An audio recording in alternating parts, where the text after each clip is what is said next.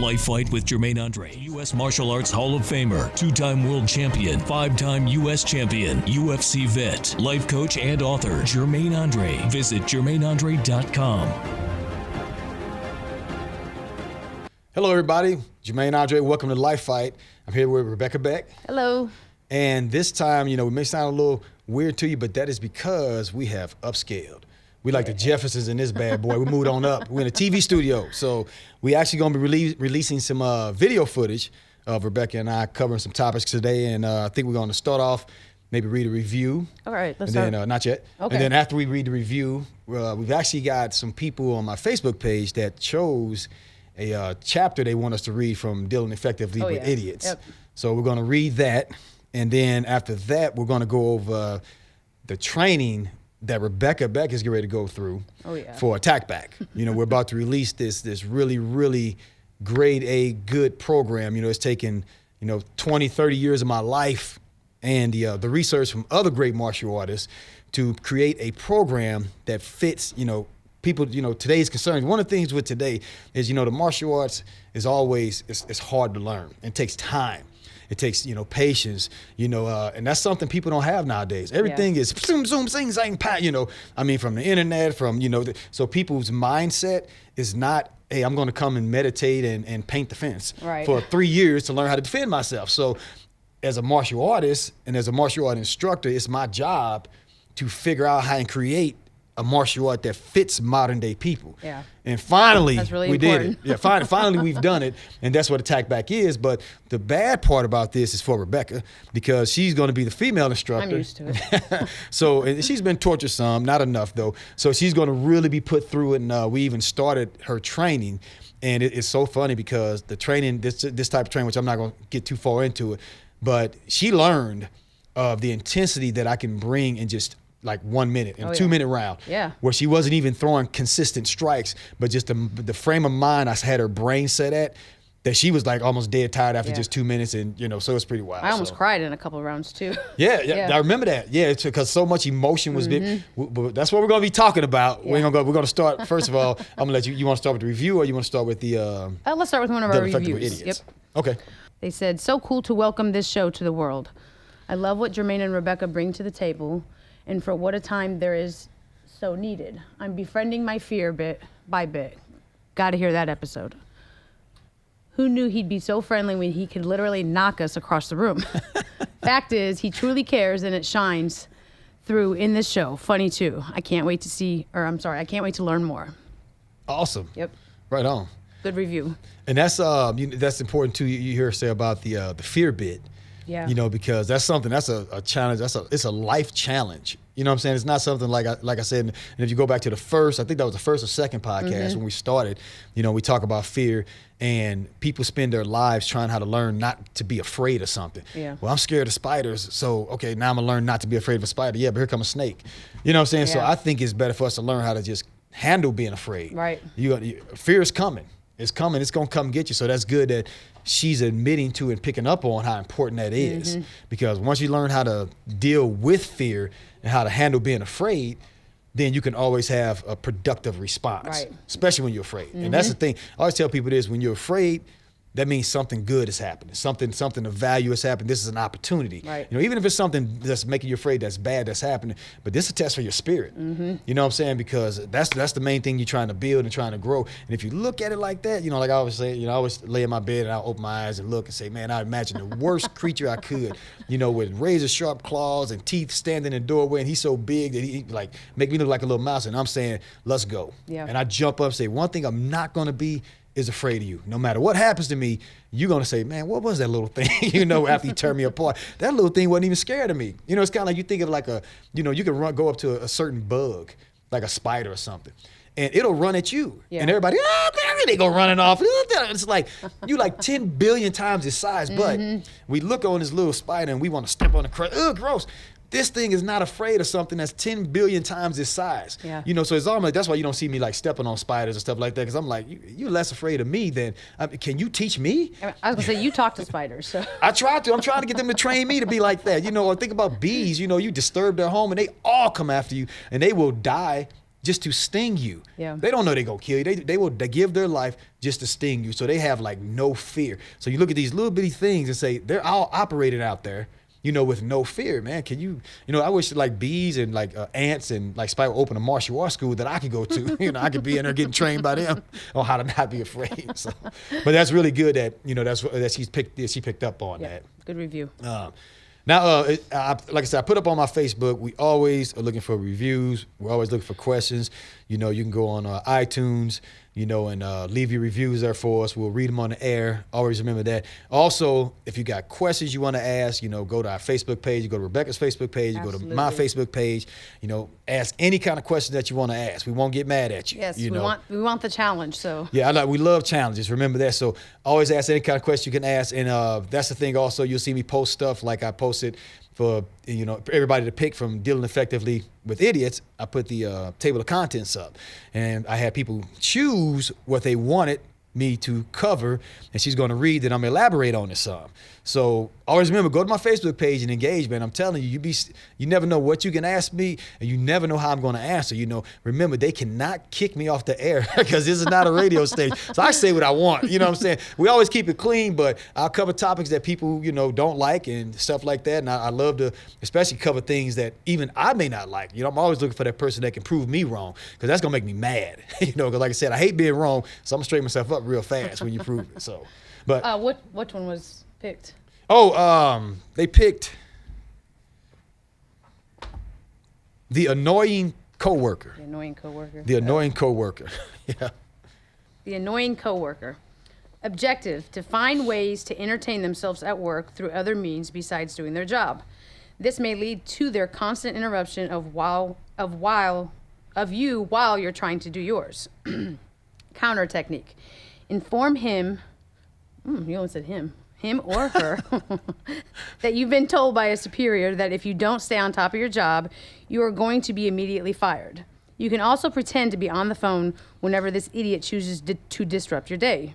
If all else fails, chew on some garlic before your next encounter with him or her, and be sure to laugh as much as possible while breathing heavily in his direction.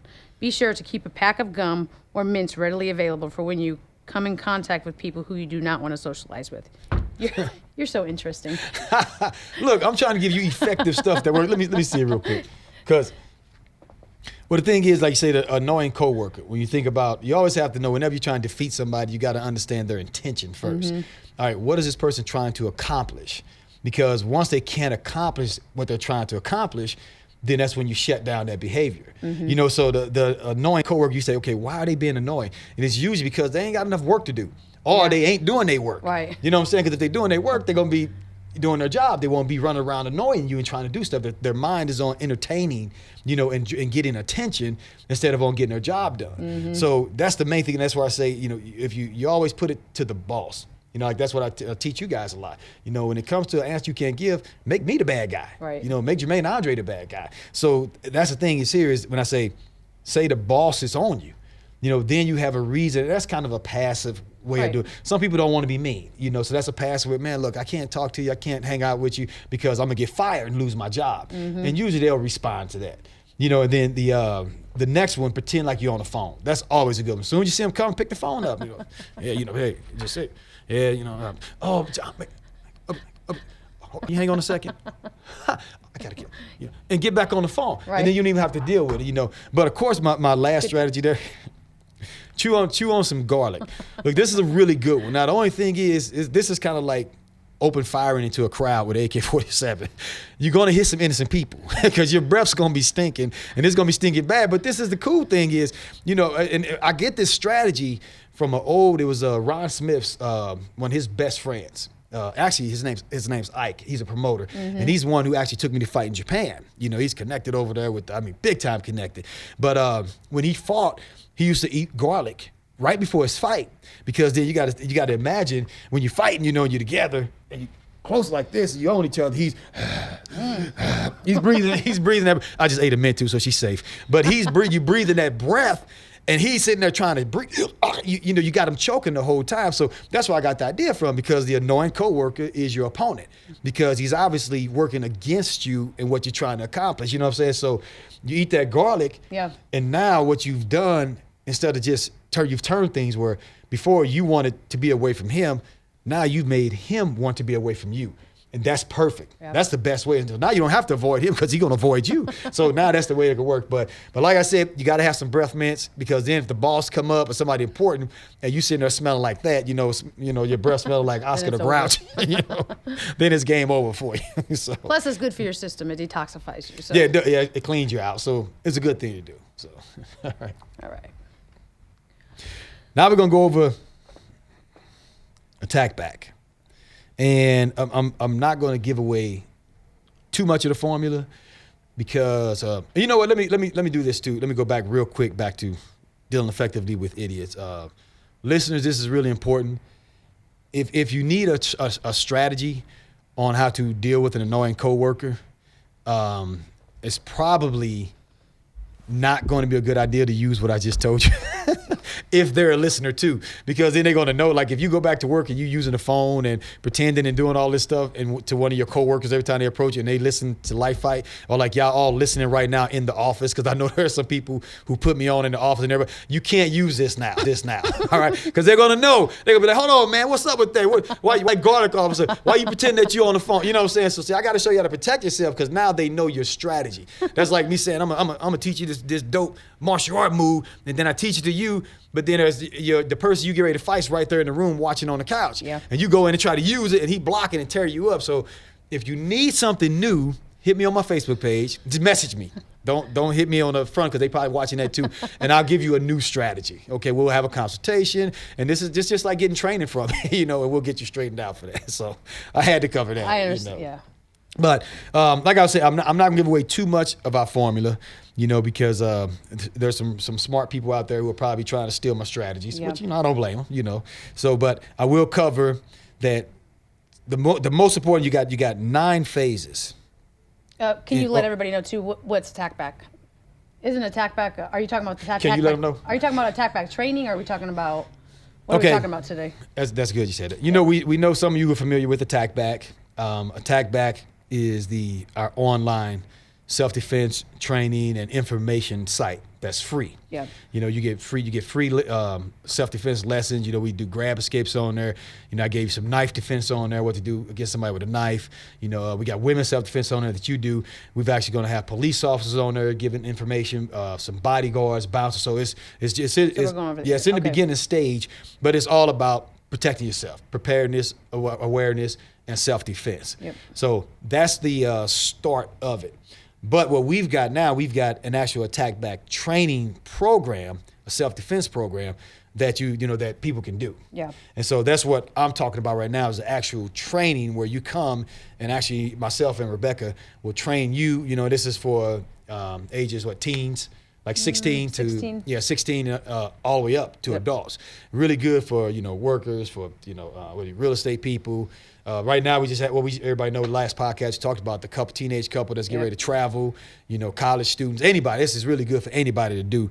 So that's what I'm covering now, is this actual program, and the way that it operates. But there's actually 3 phases, not 9 phases, 3 phases and 9 classes. Okay. And this is the stuff that Rebekah's going to be getting trained for. And what she's going to be going through is going to be 3 times worse than what anybody else will go through. Thanks. So I got to take it to the extreme, so you can assure that she knows what she's doing, for 1. And then for 2, so she can make sure to push you also. So this is going to be, we're going to have her locked and loaded. So she's going to be real good for the ladies, for training you guys. Phase 1 is going to be on awareness and grab escapes. You have to be aware. I even actually have a piece that I'm writing now that's called Jermaine Andre's, I don't know how many yet, because I've got 22 strategies to never have to defend yourself. Because, you notice that. You mean physically defend yourself? Yeah, have to go to, and you have to use self-defense. If you notice, I don't ever have to use self-defense. I don't think I've ever, when I was a kid, I did. And that's just, neighborhood fights and things, stuff like that. But as a adult, I've never had to use self-defense. because my awareness is so strong. Now, I've had tons of fights as an adult, being a bodyguard and a bouncer, but that was because I was engaging in those situations.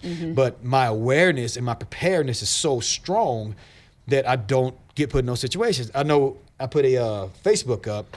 I think it was the picture of you and I sitting at Ballpark Village, which if you have not been to Ballpark Village, you need to go. St. Louis, that's one of the most greatest places. It's a great place. And I did not get paid for that advertising. I'm trying to tell you, that is I don't go downtown. Now I go all the time. That place is incredible. But it was a picture, and I said, everybody have a last look at Rebekah looking nice because did she get ready to start training to get destroyed? But somebody went on, they said, well, what would you do if we were in the alley? Yeah, if you and her walked out the alley, and there was, and he really loaded this scenario up. He said, and there was, 5 girls with baseball bats and 3 dudes with knives, and they were coming from both sides. And I said, well, we would never be in a situation like that. I said, I plan and prepare everything. Every move we make is important because you can make one, like I tell everybody, you spend your whole life building your life, and you can make one mistake that destroys everything you built. Yeah. So every step we take, I've planned and prepared, or I monitor, or I run recon, or when we're stepping into something new, all the satellites up, it's on high alert. You know what I'm saying? Yeah. So that's what I said to him. I said, we would never put ourselves in that type of position. I said, and if we were in a situation where that could happen, we'd be so locked and loaded that when we got back to back, it'd be like, I said, it'd be like the finale that for the 4th of July down there at Fair St. Louis. You know what I'm saying? It's going to be on, because if you got 8 people coming after you, you're in a hell of a situation. Either you doing something, you know what I'm saying, or you're somewhere that you probably shouldn't even be. Because that's one thing I'm always careful of, is trying to make sure that we're not somewhere that we shouldn't be. Knowing the tone and the environment. But even though you always say you want to use your self-defense, so why don't you drop your awareness so that you can have to use your self-defense? Well, this is the thing. I mean, I hear what you're saying, and I'm with that. You say you're always looking for it and ready for it. I am ready for it, but I don't want to get cursed by the spirit of the martial arts. By lowering my awareness, and I might get caught tripping. Just because you're good don't mean you're gonna always win. Absolutely. You know what I'm saying? Anything can happen. I could be Hong Kong Fu and tearing everybody up, and then whoop, slip on a bottle. Or trip over a cord or something like that. And bam, and then now everybody on top. I'm getting towed up. Here comes some kid with his camera, recording it. World champ getting beat up, y'all. You know what I'm saying? And it might go viral. Well, we might need to do that. Then my people would get some great listeners on the podcast. Man, see, we got to start thinking of stuff. But, okay, getting back to attack back before we get on something else like we always do. Like I said, the most important thing is, awareness and grab escapes. One of the things when you start training people in self-defense, a lot of people always want to come in hitting. When it's just like our martial art class, everybody, you got to start off with using this first. That this is the most important part of self-defense. And that's one of the things people go, like you get people go to a cardio kickboxing class and they think this is self-defense they're learning. And it's like, no, most self-defense starts here because you got to be aware and ready and prepared, or you ain't gonna even be able to fight. If you're going into, a biker bar and you're wearing high heels and there's trouble there. Every night they have a riot in there but that's where you want to go and that's where you hang out. So you can go where you want to go. That's where you hang out, and you go in there with high heels and a tight miniskirt on. Well, you wasn't even prepared, so your cardio kickboxing ain't gonna even work because you can't even take a stance. Right. So you still have to have a sense of awareness so you can know that, okay, this is what's going on, this is what could possibly happen. Right. So that's the first thing that we cover in there is teaching them about awareness and grab escapes.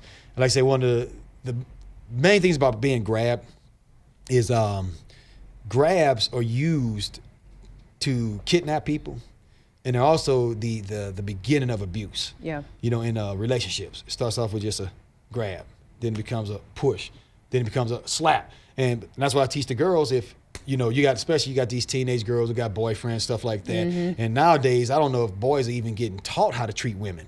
Because that's, sexism. Yeah. You know what I'm saying? I mean, don't sue me, everybody.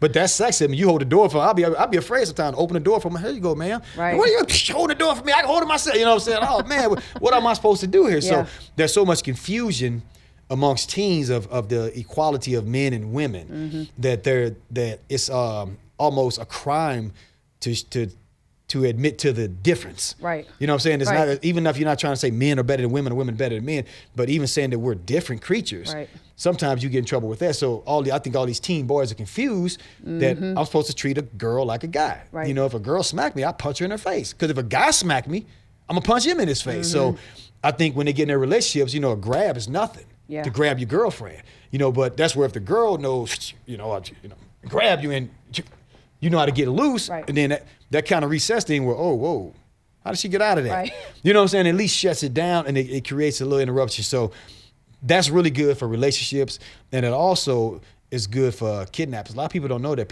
A lot of kidnaps happen, they just grab them by the wrist, threaten them, and drag them off. Yeah. And they just don't get loose, don't fight back. But the most important thing about grab escape is sometimes you're not ready to fight. And I mean, we all watch TV, we all watch movies, we all think we're going to, respond like Jason Statham or Bruce Lee and all this, because that big TV, Hollywood builds a fantasy in our head. That's why we like to watch it, because we like to try to relate it to our lives. So we sit and watch, all these kung fu movies, karate movies, and then we say, yeah, if somebody try to do something to me, I'm gonna do that. But that's not the way it works. Yeah. Everybody, when something out of the ordinary happens and it's a strong impact, our brain automatically goes into shock, fear shock. So this is what happens. We go into this fear shock, and now you don't want to fight. You're afraid to be aggressive because your stomach feels sour. You feel your legs go numb, like you can barely move. Your body's cold, but something simple like what you just did, that's a passive escape. Right. So now you just did that, and that may be enough for him to back off. And for you to run, yeah. And for you to get away. Because that's what self-defense is about. It's about escape. Yeah. It's not about standing there and trying to beat somebody down. Right. So awareness and grab escapes is the first thing we go through. Stance and footwork is the next. Learning how to stand, learn how to control your feet, because your footwork puts you in position to hit somebody, and it also takes you out of position if you're getting attacked and getting hurt. So that's really important. And then blocking and defense strikes. And like I said, that's something that people don't really want to learn. It's not fun. Yeah, blocking. Yeah, blocking is boring. You just Yeah. Like I said, you go to the gym. That's one of my favorite parts of training. I like blocking. Yeah. So, well, that's because you understand. Well, I understand it. You understand the That's true. importance of it. But this is what happens. Like I said, you can go to our gym doing an open gym day or anything. Anytime I tell everybody go ahead and do what you want. You don't see anybody working blocking. Yeah. Everybody on the bag. Bah, bah, bah. You know what I'm saying? 'Cause you want to hear that noise and impact. You want that excitement. But the most important thing is when this big dude throw a punch at you, what are you going to do? You got to know how to block. So. Right.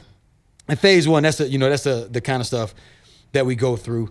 In phase two, and this is really, really important, like you heard me talk about how the brain goes into shock. Fear, shock, reaction, mental programming. So I've got a way, and I'm not gonna tell you what it is. You got to come learn. But I have a way. What I do is I practice putting you in a shock, where your brain at least has clarity to it, and teach you to respond. Yeah.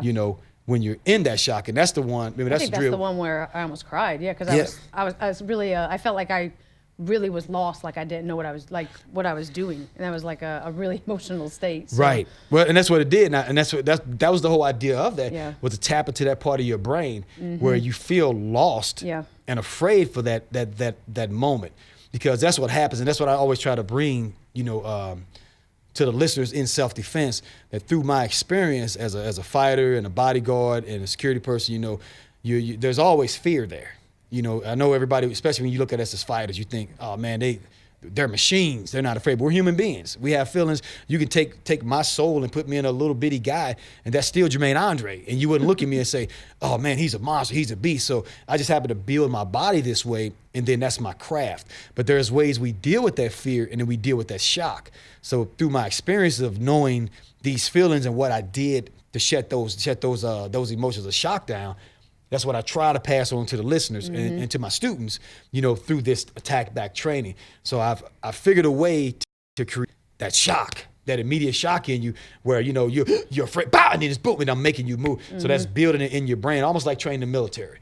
Where when the shots fire, everybody gets down, and then you get up and you start doing what you're supposed to do. Yeah. Instead of going, oh my goodness, and hide behind your bag. But that's exactly what that was. Yeah, that was the one. Yep. Yeah, when you were you almost broke down emotionally because it was so much emotion there.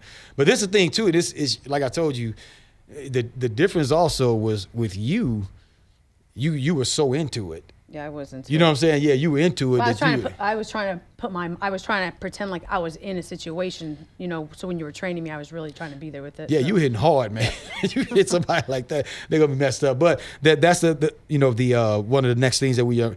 And then intense defense technique training is teaching them to maintain their composure to fight back tired. And that you really remember important. The drill I put you in, like we can put everybody in our Muay Thai class, kickboxing class, and it's an hour and a half long. And at the end, you'll see some people who ain't even sweating. Mm-hmm. Well, I always say, you get out what you put in. But you can start the class off and you can see some guys who are real serious or some girls who are real serious, and in the first 15 minutes, they drenched with sweat over there sucking on a water bottle. Yeah. And then the ones at the end who aren't tired, they'll feel like, well, man, this one didn't do nothing. He must be out of shape. But it's like, no, they're not out of shape. They were over there exploding the whole time, exploding. So what I do with the intense defense technique training is when you get in a self-defense situation, it's not going to be an hour and a half long. You don't have time to stretch it out like that. And that's the mistake that a lot of people make in their self-defense training is they may think that because they're doing a kickboxing class or a grappling class or a judo class, martial art class that lasts 2 hours, that they're learning good self-defense. And that's not saying that you're not learning good techniques to use immediately. Right. What I mean by that, if, let's say I'm taking judo and I get real good at judo, and then somebody runs up on me and I hip toss him, hits the ground, it worked. But what happens when this guy I run into is a college state wrestler? Yeah. You're not going to throw him like that. Mm-hmm. So not a contact's made. But this isn't a classroom where you got your instructor saying, everybody take it easy, don't hurt each other, and you're my friend. Mm-hmm. And we're just working together. We're working hard, but we're just working together. Right. You know what I'm saying? So that's the whole thing. The difference is that it's going to be, boom, adrenaline's going, heart rate skyrockets. When that adrenaline releases, man, it poisons your muscles. Mm-hmm. You get so much time to use it, and then it poisons your muscle. We experienced that in the fight game, especially in the beginning of our fight careers. And then, of course, in bodyguard work, when something happens and things are getting ready to get violent and you got to respond immediately. What poisons your muscles? When adrenaline and everything hits, it gives you our body has a natural reaction when we're afraid. It's kind of like nitrous in a car. You get this superhuman power. Your eyeballs widen. Yeah. Your pupils open up. All your senses go. People don't know your senses get strong. Like you hear the stories of the women who a telephone pole fell in their car and the kid was in there and they lifted it off and they said that's impossible. Right. You can't. But it only lasts so long. Because our muscles fill up with lactic acid. So then that's why you're drained. So that's what happens in a self-defense situation. That's why a self-defense situation, you ever see guys get into fights in a bar or something like that or on the streets, it only lasts for about a minute and a half and they both, you had enough? What about you? You want some more? And everybody like, shut up and fight.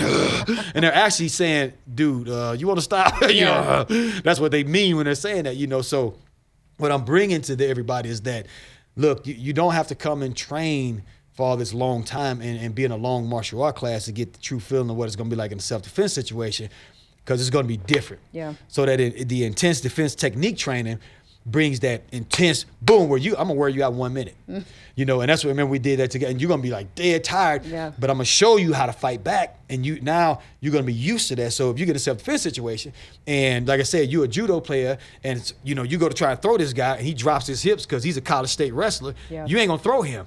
Now he's grabbing you and trying to get you to the ground, and now you're going, because your adrenaline went up because you just got afraid. Oh my God, the throw didn't work. What am I going to do? Panic. Your body wants to go back to, its primitive. Your mind wants to go back to its primitive state. Yeah. Of respond like an animal.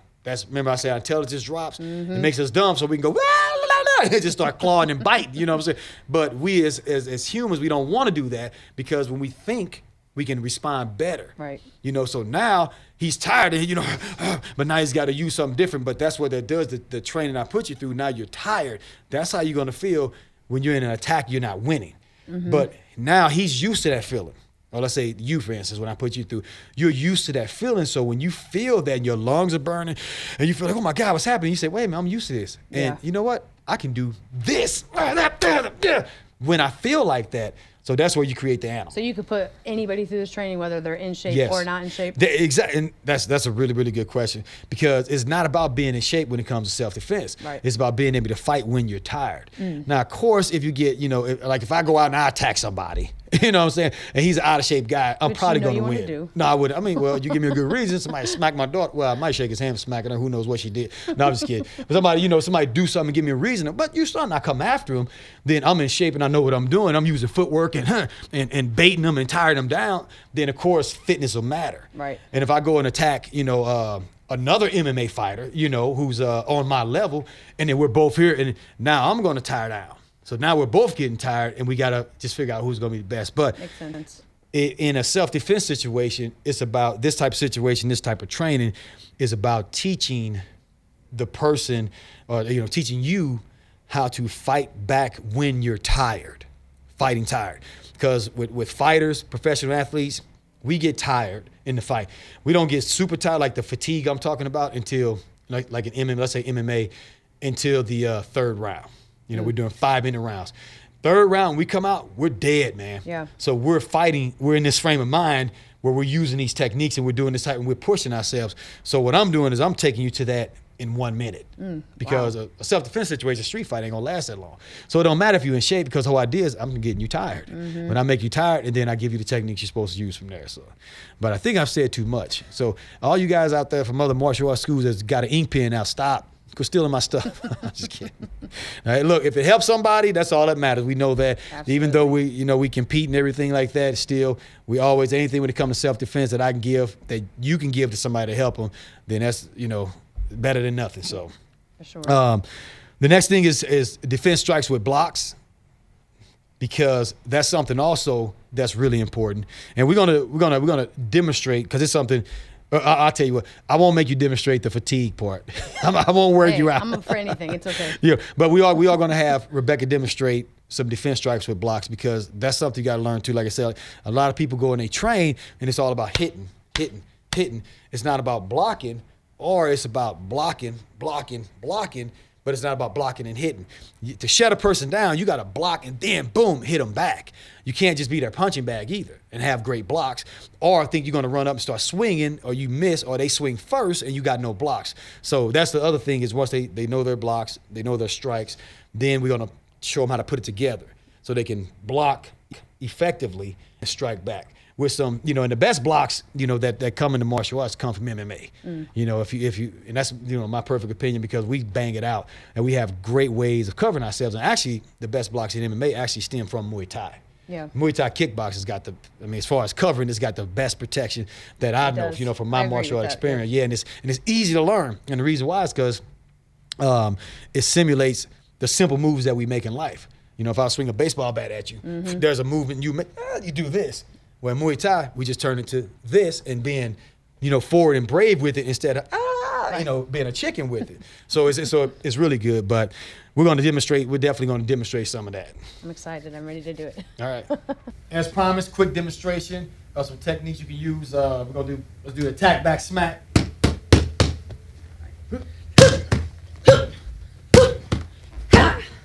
One more. Now, something else, like I said, I talked about grabs and being grabbed, how important it is to be able to get loose.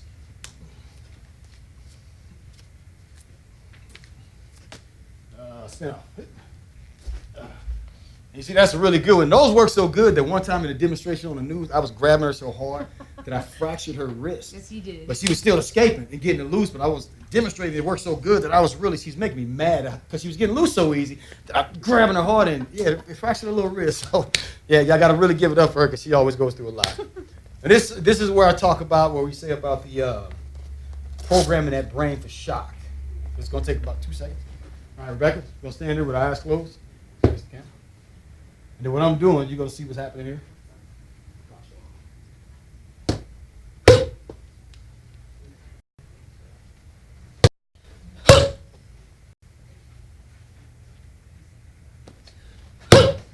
All right, that's good. Take care. All right, so there's some things, that everybody that you guys can take, that you can get started on defending yourself. Everything we're showing you can use. Of course, that doesn't mean you got it. Get with us if you really want to get the actual 100% training and get, like I said, we don't train people, we program you. that's what it's about. Your brain is, I am your Morpheus, when it comes to self-defense. And this is the matrix. And you're gonna put in, I need the program, the operating manual for C24, and I got you. You get an operating manual for self-defense from me. Remember, reviews. We love them. Questions. Yep, questions. We want all that stuff. So feel free to send it to us. And just so you know, too, there's also at the end of the attack back training, we do defense tools, and I also train you in different places. Like we train people in your car. Mm-hmm. If somebody's attacking you in the car, we have techniques that you can use for being attacked in your vehicle or somebody trying to throw you in your car. So we take it all the way. This is modern for modern today stuff. It's not just wearing a gi in a dojo and using techniques that were created 1,000 years ago. This is the stuff that's needed today, because this is a modern society. So this is the modern self-defense stuff that we have. But all right, but you got anything left? I think that's good. But Jermaine Andre and Rebekah Beck. Take care. Signing off from LifeFight. Everybody remember now, we're in your corner. So listen to us next time. Thanks. For all things Jermaine Andre, get books, get trained. Learn the secrets behind his brawn, his brain, and his edge. Visit JermaineAndre.com. LifeFight with Jermaine Andre is another positive production of Rare Gem Productions. Thanks for listening.